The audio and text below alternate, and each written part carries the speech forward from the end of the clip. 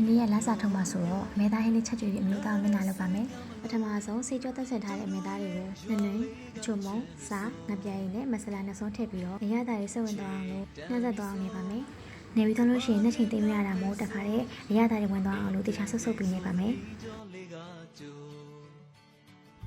ဟင်းစားချက်ပါမယ်ရှင်စီဆူလာပြီးဆိုရင်တော့မြို့ပြီးအရင်စီတက်ပါမယ်အနည်းမများလေးဖြစ်အောင်လို့ကျက်သွန်နေ3လုံးမှထည့်ပါမယ်ရှင်ကျက်သွန်နေလေးပါနွန်လာပြီဆိုလို့ရှိရင်တော့အမေသားထည့်လို့ရပါပြီ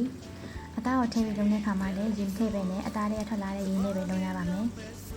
လုံးရင်ခံသားပြီးလို့ရှိရင်အသားလေးမျိုးအောင်ယူထည့်ပြီးတော့ဖုံးအုပ်ထားလိုက်ပါနှစ်ရင်လောက်ခံသားပြီးလို့ရှိရင်တော့အရသာရှိတဲ့အမေသားဟင်းလေးတစ်ခွက်ရပါပြီရှင်မျိုးချက်ခံနေပြီဆိုလို့ရှိရင်တော့ပြင်းတော့တင်ရွက်လေးထည့်လိုက်ပါမယ်အခုဆိုရင်တော့ပြင်းတော့တင်ရွက်နဲ့မမွေးလေးနဲ့အမေသားဟင်းလေးတစ်ခွက်ရပါပြီရှင်အလောက်ကပြန်လာတဲ့အမျိုးသားကတော့အမောပြသွားမှတည်ကြပါပဲဟင်းရလည်းကြက်ပြီဆိုတော့ထမင်းဝိုင်းလေးပြင်ပြီးတော့အမျိုးသားပြန်လာတာစားလိုက်ပါအောင်ရှင်ဒီနေ့ဗီဒီယိုလေးကလောက်ပါပဲရှင်နောက်နေ့တွေမှာလည်းဘလိုဟင်းမျိုးလေးချက်ပြပေးမယ်ဆိုတာစောင့်ကြည့်ပေးကြပါအောင်နော်အဆုံးထိကြည့်ပေးလို့ကျေးဇူးတင်ပါတယ်အားလုံးပဲဘိုင်ဘိုင်ကျုပ်တို့ရဲ့ရွာလေးကတချင်တွေဆိုချိန်တန်ပြီဆိုစပါးကင်းများမဲဆို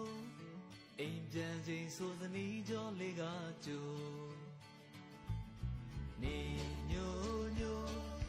လာနဲ့ဆွေးများမလို့ကျုပ်တို့ရဲ့ရွာလေး